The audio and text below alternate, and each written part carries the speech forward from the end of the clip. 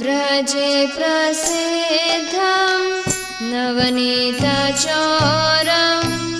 गोपाङ्गनानां चतुकुलचोरम् व्रजे प्रसिद्धं नवनीतचोरं गोपाङ्गनानां चतुकुलचोरम्